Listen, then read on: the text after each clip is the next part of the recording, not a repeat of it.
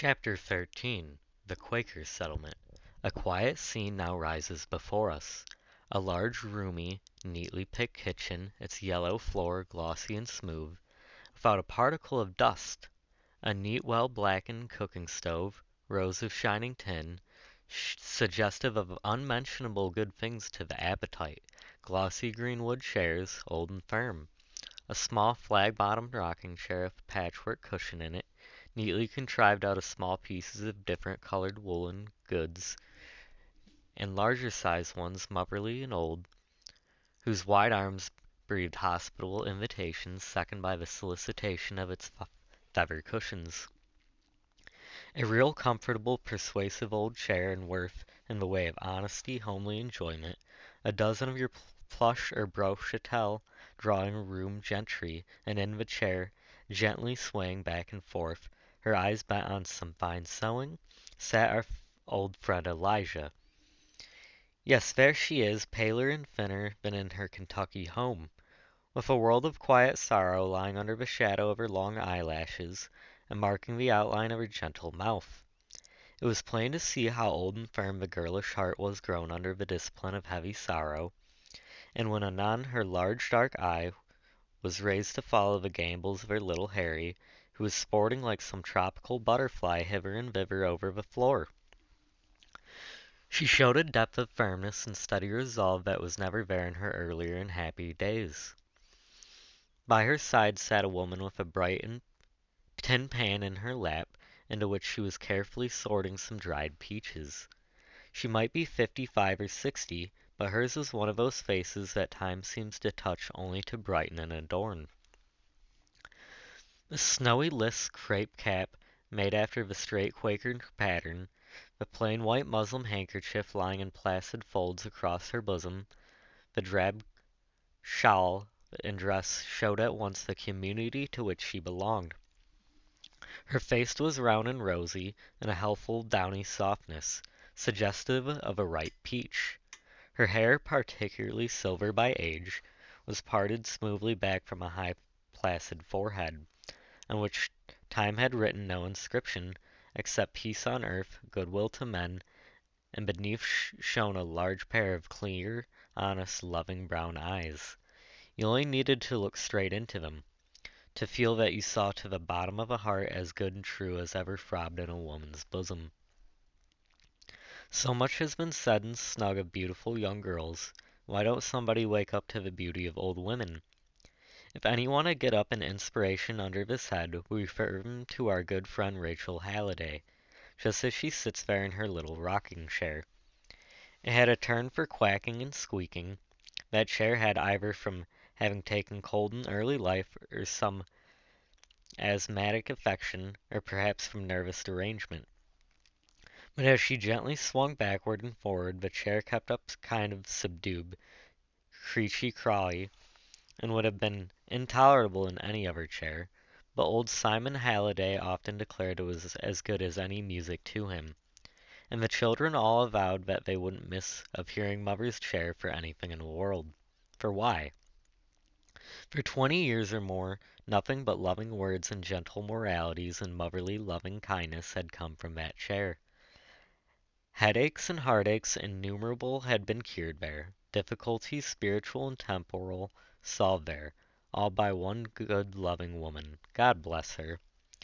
"And so thee still thinks of going to Canada, Elijah?" she said as she was quietly looking over her peaches. "Yes, ma'am," said Elijah firmly. "I must go onward. I dare not stop." "And what'll thee do when thee gets there? Thee must think about that." My daughter came naturally from the lips of Rachel Halliday, for hers was just a face and form that made mother seemed the most natural word in the world. Elijah's hands trembled and some tears fell on her fine work, and she answered firmly, "I shall do anything I can find, I hope. I can find something." "Thee knows thee can stay here as long as thee pleases," said Rachel. "Oh, thank you," said Elijah.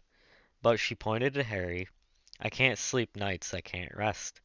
Last night I dreamed I saw that man coming into the yard," she said, shuddering. "Poor child," said Rachel, wiping her eyes. "But thee mustn't feel so. The Lord hath ordered it so that never hath a fugitive been stolen from our village. I trust thine will not be the first.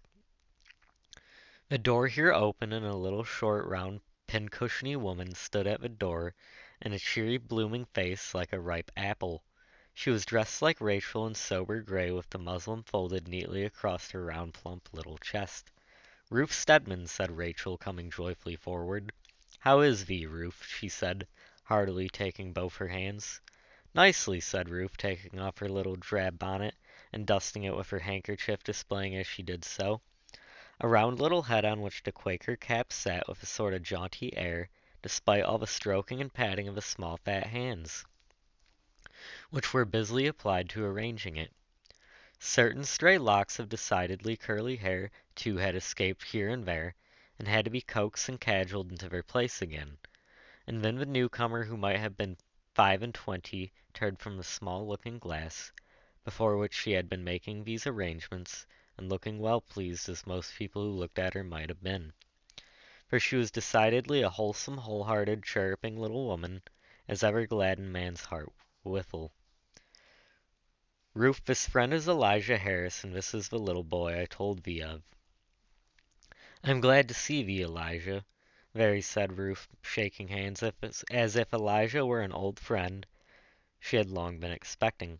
"And this is thy dear boy. I bought a cake for him," she said, holding out a little heart to the boy, who came up, gazing through his curls, and accepted it shyly. "Where's thy baby, Ruth?" said Rachel. "Oh, he's coming, but thy Mary caught him as I came in, and ran off with him to the barn to show him to the children."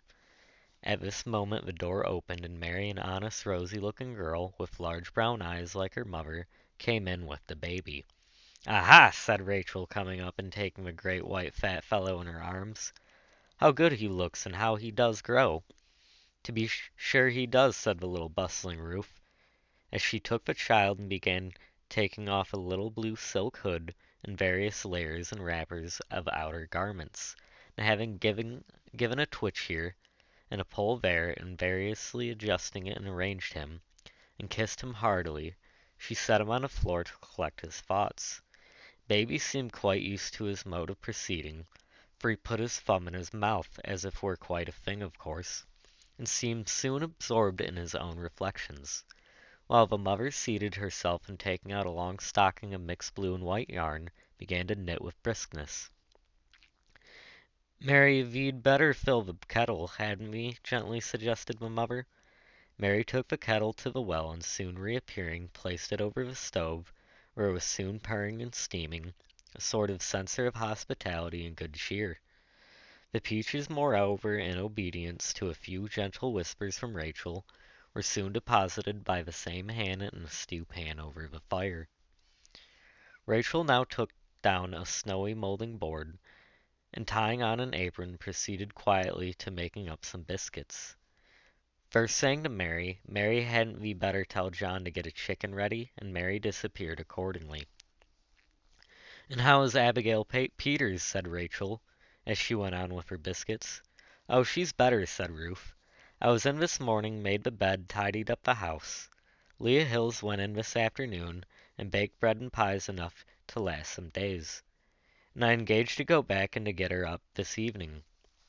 I will go in tomorrow and do any cleaning there may be, and look over the mending," said Rachel. "Ah, that is well," said Ruth. "I've heard," she added, "that Hannah Stanwood is sick. John was up there last night. I must go there tomorrow."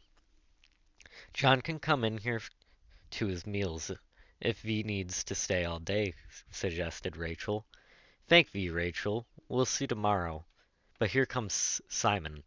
Simon Halliday, a tall, straight, muscular man, in drab coat and pantaloons, and broad-brimmed hat, now entered. "How is thee, Ruth?" he said, warmly, as he spread his broad, open hand for her little fat palm. "And how is John?" "Oh, John is well, and the rest of our folks," said Ruth, cheerily. "Any news, father?" said Rachel, as she was putting her biscuits into the oven. "Peter Stebbins told me they should be along tonight with friends," said Simon, significantly, as he was washing his hands at a neat sink in a little back porch. "Indeed," said Rachel, looking thoughtfully and glancing at Elijah. Did we say thy name was Harris? Said Simon to Elijah as he re-entered. Rachel glanced quickly at her husband as Elijah tremulously answered yes, her fears ever uppermost, suggesting that possibly there might be advertisements out for her. Mother, said Simon, standing in the porch and calling Rachel out. What does thee want, father? Said Rachel, rubbing her floury hands as she went into the porch. This child's husband is in the settlement and will be here tonight, said Simon. Now thee doesn't say that, father, said Rachel, all her face radiant with joy. It is really true. Peter was down yesterday with the wagon to the other stand, and there he found an old woman and two men, and one said his name was George Harris. And from what he told of his history, I'm certain who he is. He is a bright, likely fellow, too. Shall we tell her now? Said Simon. Let's tell Ruth, said Rachel. Here, Ruth, come here. Ruth laid down her knitting work and was in the back porch in a moment. Ruth, what does these think? Said Rachel. Father says Elijah's husband is the last company, and he will be here tonight. A burst of joy from the little Quakers interrupted the speech. She gave such a bound from the floor as she clapped her little hands that two stray curls fell from under the Quaker cap and lay brightly on her white neckerchief. Hush thee, dear, said Rachel gently. Hush, Ruth. Tell us, shall we tell her now? Now to be sure this very minute, why now suppose 'twas my John. How should I feel? Don't tell her right off. Thee uses thyself only to learn how to love thy neighbor, Ruth said, Simon, looking with a beaming face on Ruth. To be sure, isn't it what we are made of? If I didn't love John and the baby, I should not how to feel for her. Come now, do tell her, do. And she laid her hands persuasively on Rachel's arm. Take her into thy bedroom there and let me fry the chicken while thee does it. Rachel came out into the kitchen where Elijah was sewing, and opening the door of a small bedroom, said gently, Come in here with me, my daughter. I have news to tell thee. The blood flushed in Elijah's pale face. She rose trembling with nervous anxiety and looked towards her boy. No, no, said little Ruth, darting up and seizing her hands. Never thee fear. It's good news, Elijah. Go in, go in. And she gently pushed her to the door, which closed after her, and then turning around, she caught little Harry in her arms and began kissing him. Thee see thy father, little one. Does thee know it? The father is coming, she said, over and over again as the boy looked wonderingly at her. Meanwhile, within the door another scene was going on. Rachel Halliday drew Elijah toward her and said, The Lord have had mercy on thee, daughter, thy husband hath escaped from the house of bondage.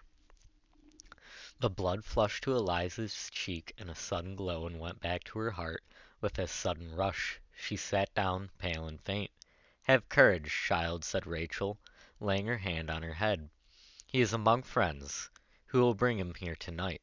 Tonight, Elijah repeated. Tonight. The words lost all meaning to her. Her head was dreamy and confused. All was mist for a moment. When she awoke she found herself snugly tucked up to the bed, with a blanket over her, and little Ruth rubbing her hands with camphor. She opened her eyes in a state of dreamy, delicious languor, such as one who has long been bearing a heavy load, and now feels it gone and would rest. The tension of the nerves which had never ceased a moment since the first hour of her flight had given way, and a strange feeling of security and rest came over her, and as she lay with her large dark eyes open, she followed as in a quiet dream the motions of those about her. She saw the door open into the other room, saw the supper table with its snowy cloth, heard the dreamy murmur of the singing tea kettle, saw Ruth tripping backward and forward with plates of cake and saucers of preserves, and ever and anon stopping to put a cake into Harry's hand or pat his head, or twine his long curls round her snowy fingers. She saw the ample motherly form of Rachel, as she ever and anon came to the bedside and smothered and arranged something about the bedclothes, and gave a tuck here and there, by way of expressing her good will, and was conscious of a kind of sunshine beaming down upon her from her large clear brown eyes. She saw Ruth's husband come in, saw her fly up to him, and commenced whispering very earnestly, ever and anon with impressive gesture, pointing her little finger toward the room. She saw her with the baby in her arms, sitting down to tea. She saw them all at the table and little Harry in a high chair, under the shadow of Rachel's ample wing. There was low murmurs of talk, gentle tinkling of teaspoons, and musical clatter of cups and saucers, and all mingled in a delightful dream of rest. And Elijah slept as she had not slept before since the fearful midnight hour, when she had taken her child and fled through the frosty starlight. She dreamed of a beautiful country, a land it seemed to her of rest-green shores, pleasant islands, and beautifully glittering waters, and there in a house which kind voices told her was a home. She saw her boy playing, free and happy child. She heard her husband's footsteps. She felt him coming nearer. His arms were around her, his tears falling on her face, and she awoke. It was no dream. The daylight had long faded. Her child lay calmly sleeping by her side. A candle was burning dimly on the stand, and her husband was sobbing by her pillow.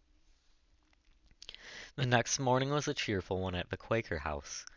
Mother was up betimes and surrounded by busy girls and boys whom she had scarce time to introduce our readers yesterday, and who all moved obediently to Rachel's gentle.